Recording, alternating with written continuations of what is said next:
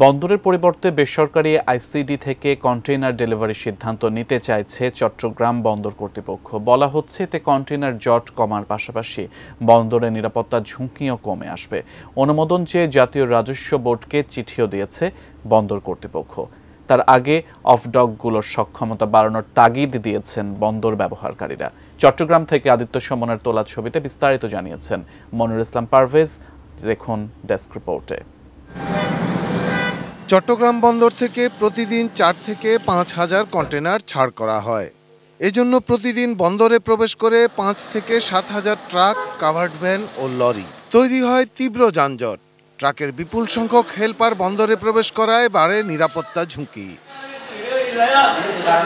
চট্টগ্রাম বন্দর গেল অর্থবছরে কন্টেনার হ্যান্ডলিং করেছে প্রায় 31.5 লাখ একক, যার মধ্যে আমদানি কন্টেনারই প্রায় 17 লাখ। ঝুঁকি নিয়েই বন্দরের অভ্যন্তর থেকে ডেলিভারির কাজটি করে আসছিল চট্টগ্রাম বন্দর কর্তৃপক্ষ। এবার তাই ঝুঁকি ও কন্টেনার জট কমাতে এফসিএল কন্টেনার অফডক থেকে খালাস দেওয়ার কথা বলছে বন্দর কর্তৃপক্ষ। তো সব মিলিয়ে প্রায় 10,000-এর উপরে শুধুমাত্র মানুষ প্রবেশ করে। তো পোর্টকে যদি আমরা হ্যাসেল মুক্ত রাখতে চাই, জঞ্জাল মুক্ত রাখতে চাই এবং অপারেশন আরও স্মুথ করতে চাই, তাহলে এই ইনসাইড দ্য পোর্ট ডেলিভারিটা বাইরে নেওয়ার কোনো বিকল্প নেই।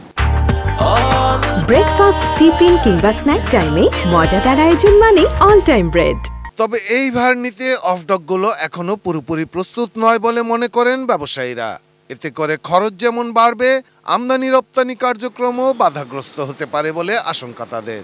প্রাইভেট ডিপো থেকে সেই পণ্যটা ডেলিভারি দিতে গেলে প্রায় তার থেকে 4 থেকে 5 গুণ বেশি খরচ দিতে হচ্ছে।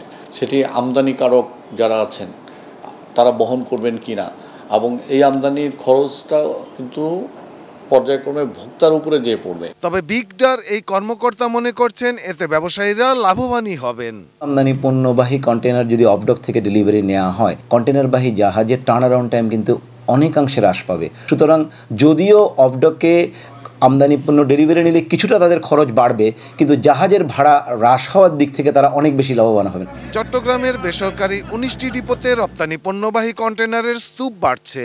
প্রতিদিন রপ্তানি পণ্যবাহী কন্টেনার জাহাজে তুলে দেয়া হলেও জট কমছে না।